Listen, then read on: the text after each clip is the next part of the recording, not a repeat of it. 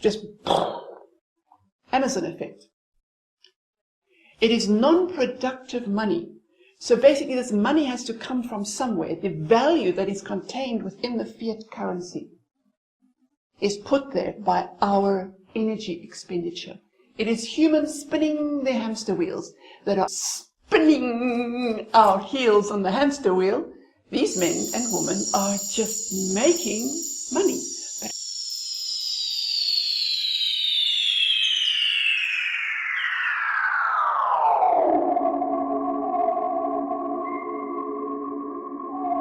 Forbes magazine has a very fun, interactive page on its website in which it looks at billionaires in real time. Who's in the top, who's at the bottom, who's new, who's lost, who's gained, and we're not talking about just a couple of dollars, we're talking about who's gained 5 billion and lost 2 billion. And 2024, the article informs us in very sort of upbeat, chirpy language, we have had a real upswing in billionaires and life is good for them. What a time to be alive if you're a billionaire. In 2024, we now have 2,781 billionaires, and collectively their wealth has increased by 14 point something trillion dollars. So while we're all spinning our heels on the hamster wheel, these men and women are just making money. But how much money exactly? And what does that have to do with you? We are very accustomed in our striving for speed and efficiency to grab at headlines and to just push them together, come to some sort of conclusion, which is usually totally wrong. So with this program, what I'm attempting to do is take the really big concepts and pull them apart to see just exactly what it is we are talking about. In this case, what exactly are we talking about when we say somebody has $200 billion? And what we're going to do is we're going to choose ourselves a billionaire. So I had a look when I looked at the Forbes magazine article. There were 3 guys at the top. There was the Arnault family, Bernard Arnault and family, who had more than $200 billion. But if I talk about them, I have to talk about handbags. And you know, no amount of money is going to make me talk about handbags. The other guy in the top 3 was Jeff Bezos. Now, as an author, I know a thing or two about Amazon, but also, I'm not going to talk about obsessive, compulsive, cheap consumption that is trashing the planet. I'm not talking about that. So the third person on the list, when I looked, was Elon Musk. Now, Elon Musk is fun. We can then teleport ourselves to the Starship launch pad, and we can see how we can get down to first principles, sort of using Elon Musk's own thought process. We're going to break down Elon Musk's financial cosmos, in which he sits at the very top. Now, he's a man of fairly tall stature, so we're going to use him, his human scale, to start with. And we're going to use the metric system. So here's the metric system, a very old ruler I have. At the top, you will see that there are inches. At the bottom, on this side, there are centimeters, and tiny lines here are millimeters. We're going to start off with a centimeter scale. That's sort of the width of your pinky. So Elon Musk is all of 188 centimeters tall. So that would make him just a bit taller than I. I am 178 centimeters tall, so Elon Musk is sort of 10 centimeters taller than I am. So on a human level, we're pretty much of a muchness. If I stood on my tippy toes, we'd be the same sort of height. We have that in common. We also have South Africa in common, and we also have in common that we both have highly eventful lives. The difference is that his is very profitable and mine is not. So on a financial scale, while we might be almost shoulder to shoulder on a human scale, on a financial scale, let's see how far apart we really are. So Elon Musk, when I looked at the Forbes article, had $196 billion. So if on our metric scale we start off saying that 1 centimeter is 1 billion, that would then have to add approximately 10 centimeters to Elon Musk. So we're talking about that sort of height. So still very much in the picture at that scale. However, if I were to be visible on that scale, Elon Musk's boring company would have to drill a really deep hole in the ground right through the earth, and I would have to jump in and I'd just fall right through and just keep on traveling for a very long time. That doesn't strike me as fun. So instead what we're going to do is we're going to send Elon Musk on a journey. And the first one we're going to do is we're going to change the scale, move the scale up a decimal, and we're going to then say 1 billion equals 1 meter. Immediately, we're looking at 196 meters.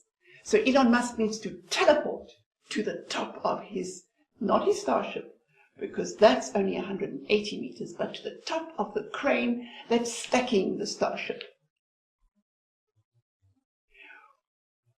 We could then move the decimal point and say, okay, fine, the next one up is 1 kilometer and 960 meters. That's no fun. We could move the decimal point another space, and then we would get to 19.6 kilometers. That's far more fun. At that scale, we would teleport Elon Musk to the top of Mount Everest. There he is at the tippy top, and sharing space with him, sort of jostling for position there, are the 3 top guys. Now, you and I would not be in the picture at this level. In fact, on the entire of planet Earth, there would only be 7 people at this level, at base camp level, which is 5,400 meters above sea level. In order to get more people on, we need to scale back, give ourselves more room, more space to maneuver. So here we are, a whole lot further down the mountain. Our lad Elon Musk and his fellow top billionaires are in the distance somewhere. But at this level, we still only have 4 billionaires who make it at this level. In order to get more billionaires into the picture, we need to expand our scale. We need to get some depth. So what I've done is I've added the scale of the Mariana Trench. This sort of keeps Elon Musk and his fellow billionaires within sort of the Earth's crust, on the Earth's crust, as it were. But the interesting thing is, at this level, at this scale, there are only 10 billionaires, in other words, only 10 people on Earth at this scale who are above sea level. The rest are all underwater, and not just a little bit, deep down where it's cold and dark and the pressure is intense. Right down there at the bottom, you will find the latest addition to the billionaire list, which would be Taylor Swift at $1.2 or $3 billion. But I'm not a Taylor Swift fan, but you've got to give the woman her due. She really is a self-made woman. And she made it onto this list without exploiting people, I think, or destroying half the planet, which cannot be said about most of the other guys on the list. There is also one other person on this list who is not a billionaire, but he has the distinction of being the only person on the planet, maybe with his crew members, to have in fact physically gone down to the very bottom of the Mariana Trench, which is 11.5 kilometers underwater. So that gives us our 19.6 kilometers and a little bit more. And this image you're seeing of the sandy bottom, that's the bottom of the Mariana Trench. And that person is James Cameron, who never gets as much sort of press and yeehaw and well done as Elon Musk does for shooting rockets in the sky. But that achievement, that is an extraordinary achievement. Far, far, far more difficult, I think, than landing someone on the moon. And we will never, ever, ever, ever, ever, ever walk on that sandy bottom. Ever. So yes, shout out to James Cameron, who also in fact makes it onto the list on a financial level. He has accrued the grand fortune of $800 million. Doesn't quite make him a billionaire. You need $1,000 million. But at 800 billion, because we have that extra depth, James Cameron also makes it onto our picture. Gets into the frame. You and I, not so much. We have to change the scale again. Have to move the decimal point again. So what I thought to do is to make it easier. Let's say 1 kilometer equals $1 billion. Then our scale immediately goes to 196 kilometers. So in order to fit ourselves into this picture, we need to teleport back to the space station, to the launch pad of the Starship. And at this point, we need to stick Elon Musk into the ship. And we need to whoosh, send him off into space. And he's literally going to go to space. Because space is, in fact, 100 kilometers up. And he needs to go another 96 kilometers. So where do we fit in? Are we in this picture? No, no, no, no. All the billionaires are now spectators. They're all above ground, and they're all spectators as Elon Musk shoots up into space. You and I, non-billionaires, we're still not in the picture. We're in a very, very deep hole in the ground. I mean, the hole has become space. We're not even in a hole in the ground. People who are now in a hole in the ground are in fact the lesser millionaires. They are now at the bottom of the Mariana Trench. But just not any millionaire. You've got to have at least 100 million. You cannot just have 10 million. That's not good enough. So it's the lesser millionaires who are now in the Mariana Trench. You and I, still not in this picture. So you can see this is going to get a little bit long in the tooth here. In order to get us, normal, working schmoes, who literally actually spin the hamster wheel for a living, to get us on the picture, we need to swap things around a bit. We need to start at the other end, at the end in which we are in fact in the picture, at the end of just a single dollar. So what we can start off with, we can say a scale of $1 equals 1 meter. And at that scale, let's just work out whether that's an economically even viable scale. So if I'm the hamster and I'm spinning my wheels in my hamster wheel, I can comfortably travel 5 kilometers in 1 hour. 5 kilometers equals 5,000 meters. Is somebody paying me $5,000 an hour? I would be so lucky. And I think that once people get to a level where they are, in fact, worth that much, it's no longer a concept of an hourly wage. So 1 meter equals $1 is not really financially doable. I don't think it's realistic. But if we said $1 equals 1 kilometer, and I said I can comfortably spin my hamster wheel for five kilometers in 1 hour, I think I can reasonably expect to be paid $5 for that energy expenditure. Because that's essentially what it is. We are expending energy to extract fiat, to spend energy, to consume, to extract fiat, etc. It's sort of a hamster thing going. But at that scale, 1 kilometer equals $1. Elon Musk now needs to travel a fairly long distance. He needs to now travel 196 billion kilometers. Now, once again, let's do this finite element method and pull that apart and work out just exactly how much that is.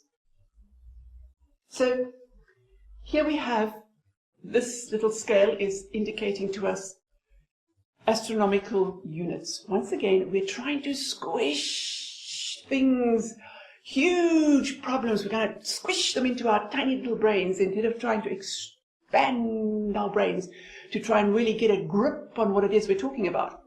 So astronomical units are 150 million kilometers.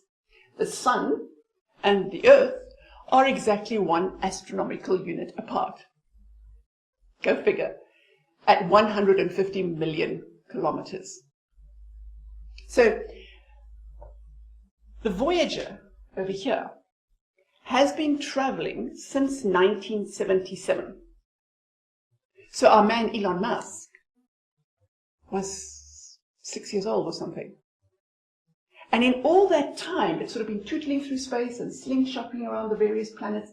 It's traveled 24 or 25 billion kilometers in all that time. Our man, Mr. Musk, has to travel nearly 7 times that far, which will take him to the edge or into the Oort cloud. Now it is calculated that the Voyager 1 will take another 300 years to get there. We're talking big distances. Just to bring you more and more, I want to expand the brain. Expand the brain. You've got to make your brain big in order to get a grip on what we're dealing with here. So let's look at Taylor Swift. Where is she with her 1-point-something billion?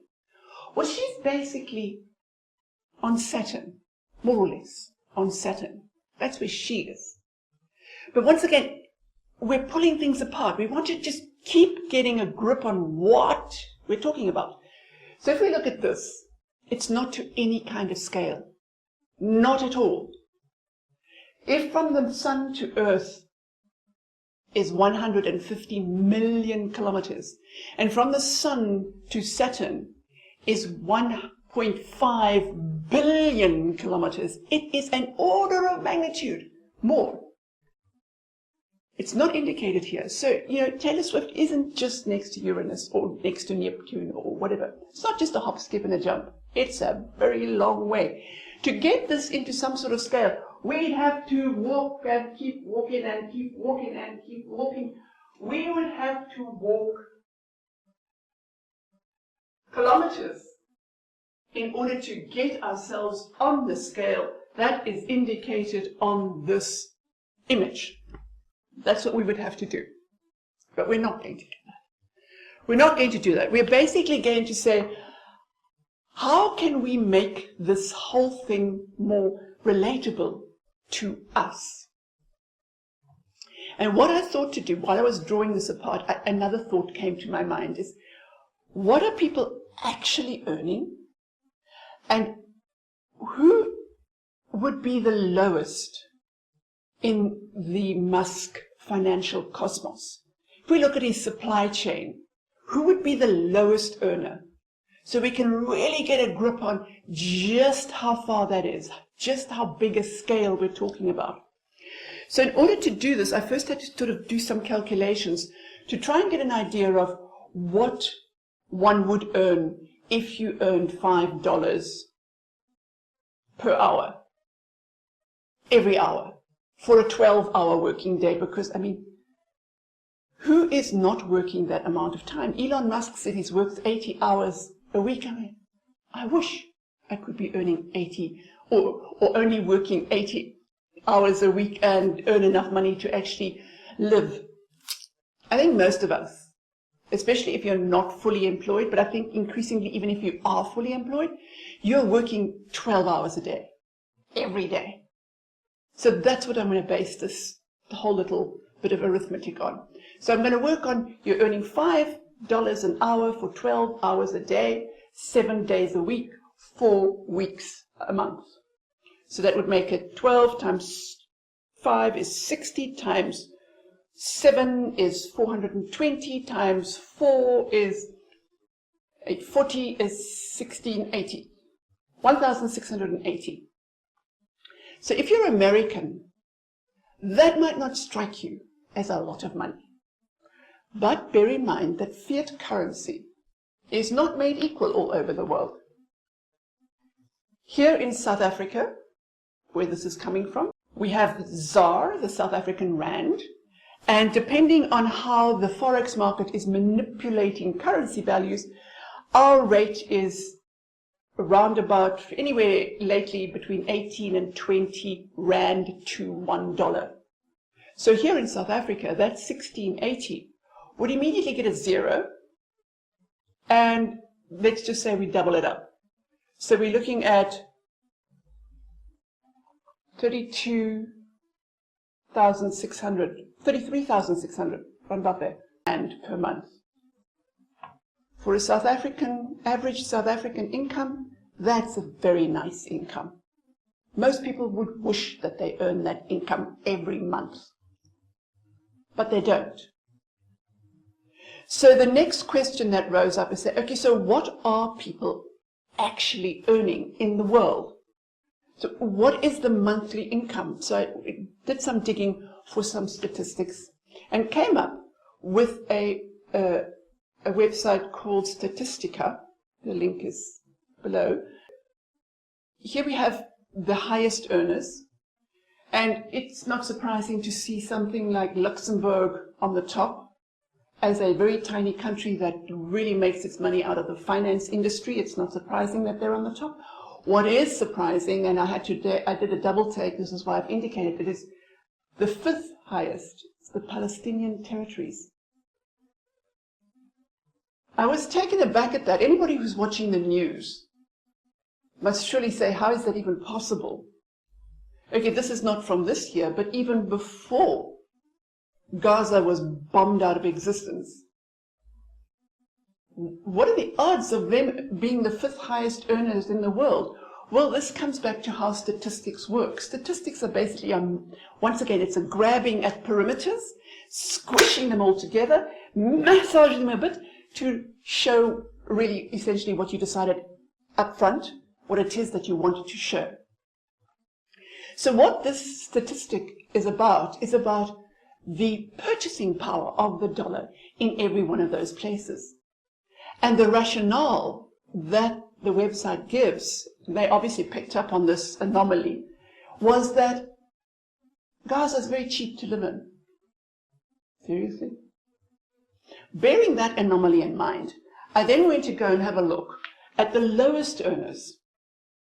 I was expecting sweatshop people from Bangladesh or something, but actually, at the very low end of the scale, at $5.51 per month, is Zimbabwe.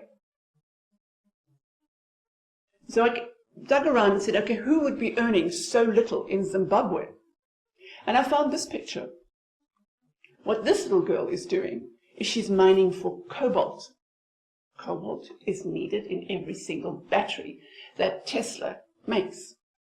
So it is quite conceivable that this little girl and her co-worker are at the very, very bottom of the income scale, of the financial scale in the Elon Musk financial cosmos.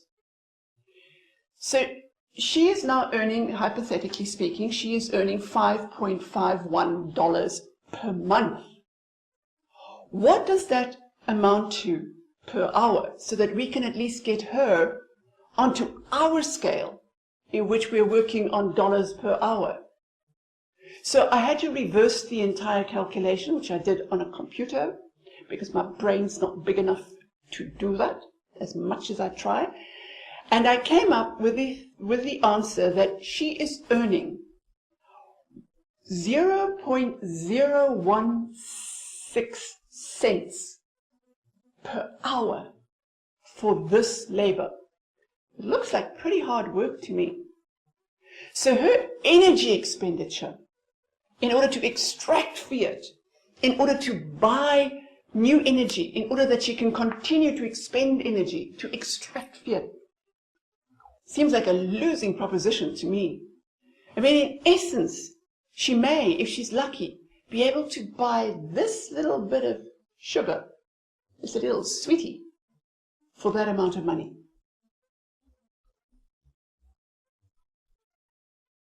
It's amazing what you discover when you pull apart a problem in this way. Shocking. So in order to get this little girl with her 0.016 cents per hour onto a scale of 1 hour per kilometer, we need to multiply that by 62.5. Then she's earning $1 per hour. No, $1 per kilometer. $1 per kilometer, so $5 per hour. 62.5.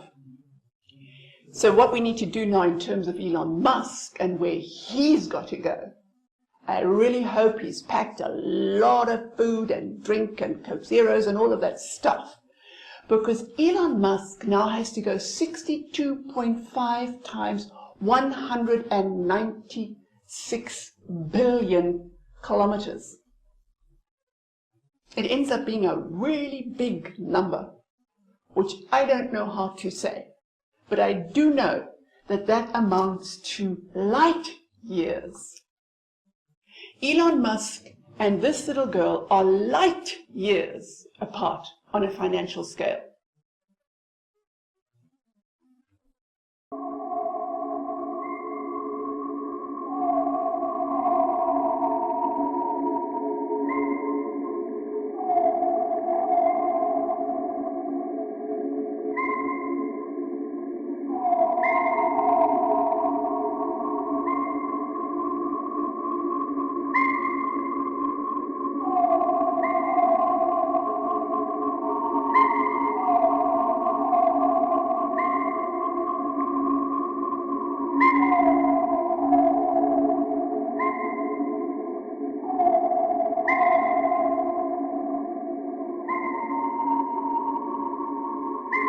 That's fairly shocking. No, I mean, it's not fairly shocking, it's like completely shocking. And the point is, you might say, so what? So what? And exactly, so what? The thing is, we're all working on a scale which the rich people keep telling us that they're so rich because they work so hard. I don't think that anybody on planet Earth can work that hard, can spin the hamster wheel that far. Our little cobalt mining girl seems to me to be working pretty hard. I don't think it's got anything to do with our hard work, my hard work, your hard work, or Elon Musk's hard work. Because the question now arises, does Elon Musk actually have $1.96 billion? No, he doesn't. What he has is the illusion of $1.96 billion, which is created by people who have faith, literally, in Elon Musk, who buy his shares. You've heard of Elon Musk's famous quote, famous tweet, or X-tweet, post on X, game stonk, which made the shares of that particular failing business just shoot into the atmosphere. That's exactly what Elon Musk has. His incredible surge in wealth from pre-COVID to post-COVID was created by the finance industry. It was created by how fiat currency actually works. It is a faith-based system that can be severely manipulated, which is also probably why Elon Musk is so careful always to say, or to even ask democratically, whether he should sell shares. Because if he's not careful, and he just shocks the market by selling $5 billion worth of shares, he could trigger a run on his business. Because that is exactly how fragile this fiat currency system is. It is all based on faith, on a belief system. And that is why it affects you. Because you will never, ever be able to work hard enough to actually put in sufficient energy to extract sufficient fiat currency, to buy more energy in order to sustain your personal system, to extract, to put in energy. The system has become so out of kilter that the energy we have to put in order to extract fiat currency, in order to buy more energy, is so out of balance that we can't afford to pay rent, we can't afford food. This work that I'm doing here is the same as millions, if not billions, of other people. It is free labor that we give to the huge tech companies in order to somehow or other put ourselves in a position where we can extract fiat. We never can. Those light years apart create an incredibly steep hierarchy. We're just sliding down this hill. It's the Amazon effect. So Jeff Bezos also didn't get wealthy because he worked so hard, and neither did the Bernard Arnault family. None of these billionaires, except maybe Taylor Swift, got so wealthy because they worked so hard. They got so wealthy because they tapped into the hard work of an increasingly large pool of humans. Jeff Bezos has inserted Amazon between every single transaction, just about, in America and increasingly in the world. There is now a fight going on with Temu, which may or may not be financed by the Chinese state, and Amazon, because they have realized that the way to really make money is to make money out of every single transaction, not to make anything else, just to extract money out of that gap between the seller and the buyer. Which brings me to some clear gaps in the billionaires list. There are no big banking families, like the Goldman Sachs family. No big. There's no big oil families like the Arabian sheiks. There are no manufacturers of the most profitable single-use product on the planet, bombs and bullets. And if we look at the world today, the question that I always say is like, wow, where are all these bullets coming from? How are they affording all these bullets and all these bombs? Every time you drop a bomb, it's 1,000, 2,000, 10,000. I don't know how much one of these bombs cost. Just Amazon effect. It is non-productive money. So basically this money has to come from somewhere. The value that is contained within the fiat currency is put there by our energy expenditure. It is humans spinning their hamster wheels that are actually creating the fundamental, the finite element method, the actual finite thing, the element that is creating the value within this fiat currency system is our time and labor. And then people are extracting it. Let's look at the armaments industry. They're extracting that time and value. And the governments of the world are taking that time and value and just sending it up sky and just exploding it. Amazon effect. We're literally extracting and just exploding the value, which is why you are suffering from a cost of living crisis. It is not because you're spending too much money or you're not saving enough. It is because the billionaires of the world are not working as hard as they say they do. And they are not putting any value into the system. They are just extracting value out of it and increasingly blowing it up or blowing it into space. And that is why it affects you. Having billionaires is not, as Ford magazine would like us to believe, a sign of a successful economy. Not at all. Because the thing is, if you tear these things apart, the financial industry and fiat currency are separate from the economy and the bartering tool we call money.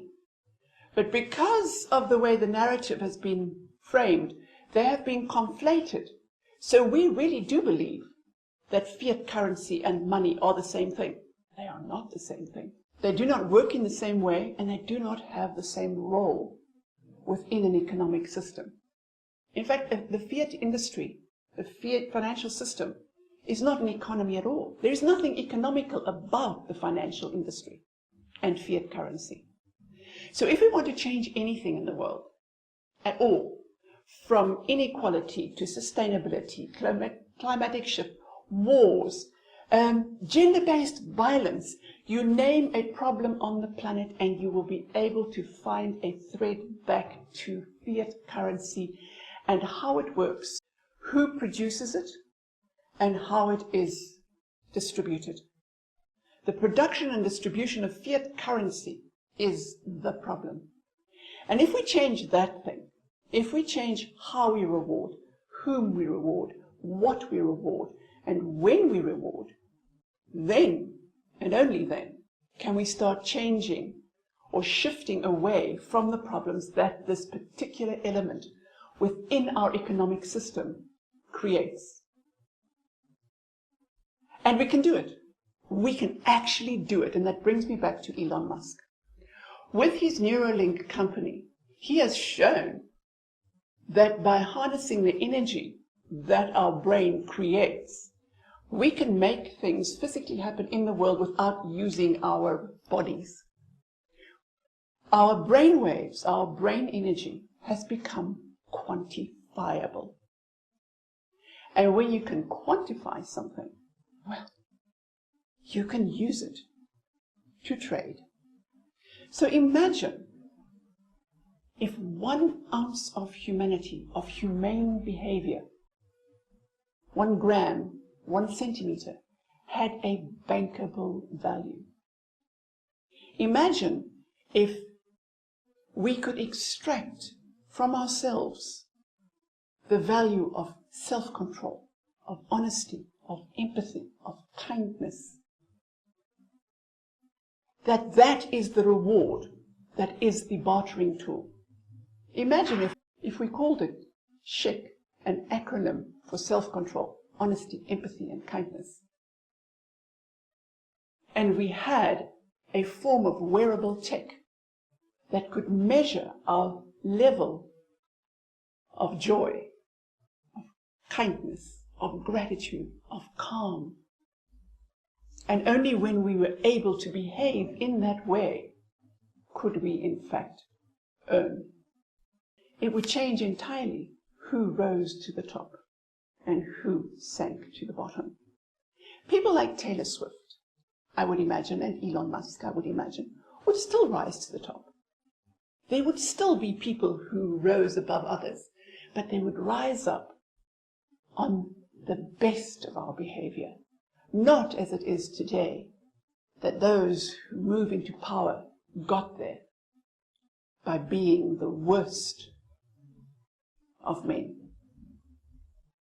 And we can change that by changing one thing: the fiat currency system.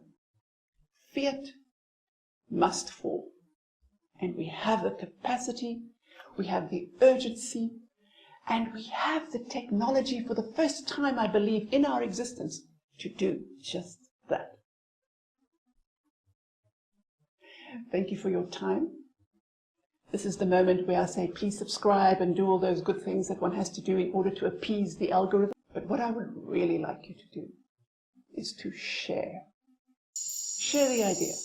Share the concept of changing just one thing. Fiat currency. Fiat must fall.